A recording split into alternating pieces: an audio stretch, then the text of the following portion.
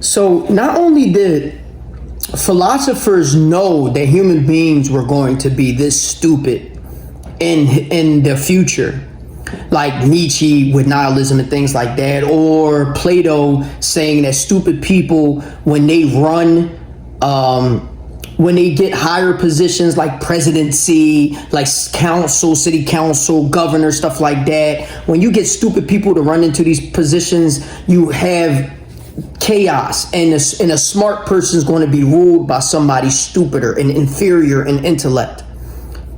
Then you have future philosophers, like or future scientists like Dunning-Kruger, and they did a study, and this is Justin Kruger and David Dunning in 1999. It literally says stupid people are too stupid to know that they are stupid. Like, this is sad. Like, nobody knows that this is sad. Anybody's looking outside and being like, wow, people are completely stupid.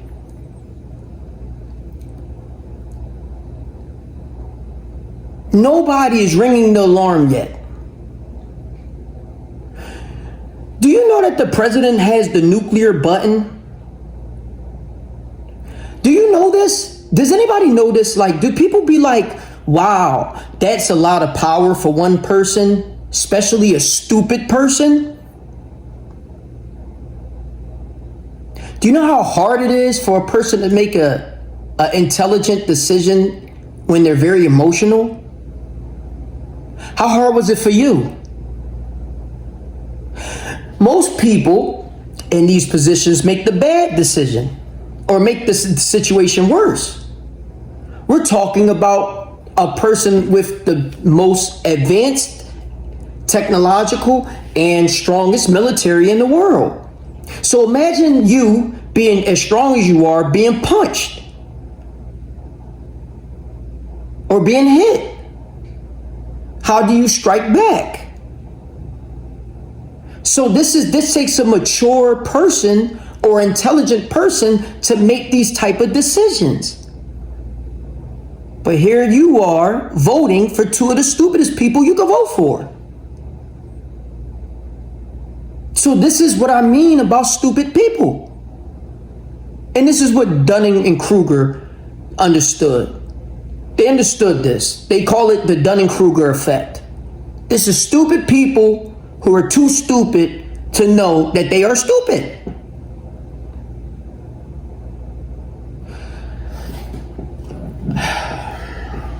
We as human beings need to tighten up, yo. Like, I mean, this is a level that is unsustainable. This is unsustainable for a human being to be able to lead their family or any other household being this stupid. And the smart people need to step up and take these positions, because we're being led into, Muslims say the hellfire, dunya and finnar and that, but in all actuality, our reality is getting stupider. You can see it everywhere. STEM graduates are shrinking in school. That doesn't mean that we're getting stupider, though. You don't necessarily have to graduate with a STEM degree to be smart. I see a lot of smart people make dumb mistakes. So it doesn't mean that you're smart. But it does give you some tools. But you just see a lot of people are completely stupid, and they are very ignorant about just some of the most normal common sense things. And this is unacceptable for a society as advanced as us, but it also is unacceptable for us to be leading into the future like this. This is unsustainable. So Jesus also sacrificed himself for humanity. He did this because he knew that, he even says it, he knew that people was going to do things that they didn't know what they were doing. And you know, there's a lot to go with this. Because if I was to tell you that another person was going to do something to you for a lie, because they lied. Jesus was the King of Jews, but he didn't even say that. If you look at everything that Jesus said in the Bible, which is only a few things, Jesus actually only said a few things in the Bible. But if you look at everything that he said in the Bible, he actually didn't put a lot of stuff on himself. He just kept saying his Father and stuff like that. But he was very meager. He was very modest. But yet people ran to the Pharisees and Nicodemus and ratted him out, saying, oh, he's this and he's that, slandering him, and just what people do, all this gossiping, normal stuff for human beings, unfortunately, and then ran over there and they locked Jesus up. So you have this normal occurrence. This happens to people all the time. This is a normal occurrence for human beings. So Jesus goes, he sacrifices himself, and at this point he has the resurrection. And what this does is it redeems everybody for their sins from the past and the future sins that they're going to have. Now, I don't know. I know Christianity has different doctrines than Islam. I know it's in Islam, they don't believe that Jesus actually was crucified. We don't believe that. But forget the dogma, the religion in it. For 1 second, I'll take the step back and take that out. This is a man sacrificing himself so that other people won't be sacrificed. He's not even going to go to trial. He's not even going to try to find himself innocent.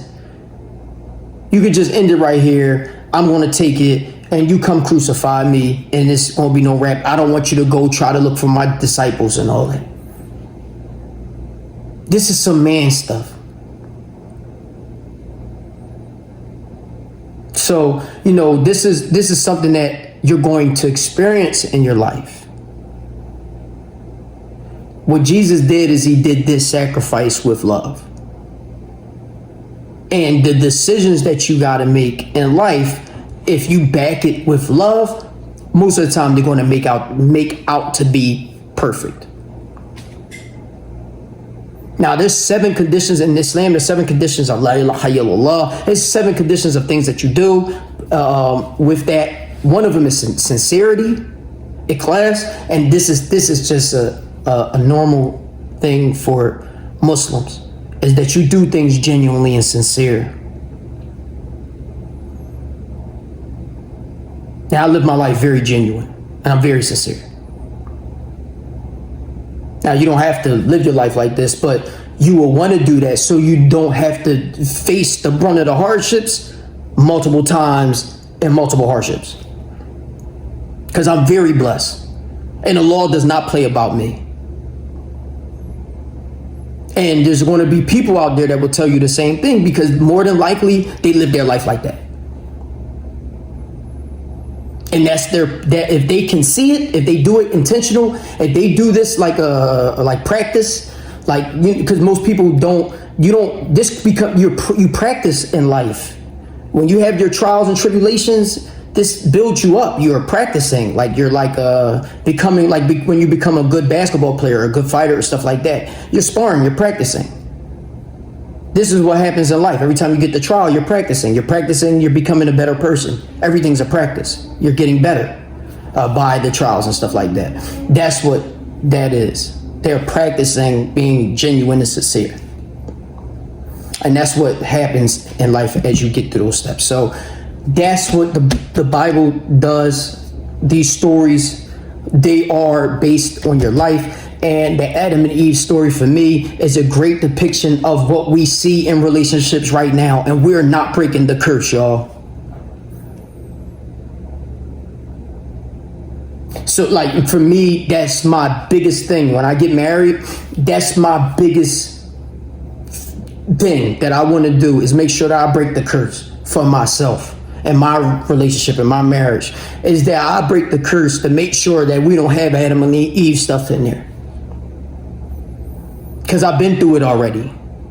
I've been through everything the Adam and Eve thing. I've been through it. Now, I'm not trying to experience it again.